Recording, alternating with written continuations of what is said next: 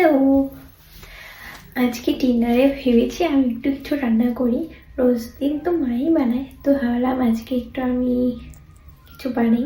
তো আজকে কি বানাবো তো তোমরা দেখতে থাকো, ঠিক আছে? তো চলো, তো আজকে বানাবো হলো ফ্রাইড রাইস আর বানাবো মটন। মটনটা মা বানাবে আর ফ্রাইড রাইসটা আমি বানাবো, ঠিক আছে? তো চলো।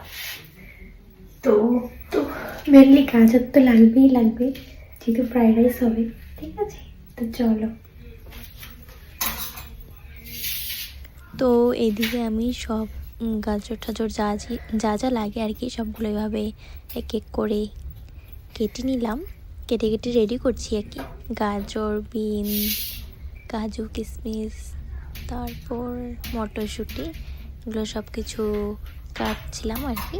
তো ওইভাবে তো এদিকে সব কিছু কেটে নিয়েছি, ছিঁড়ি করে কেটে নিয়েছি।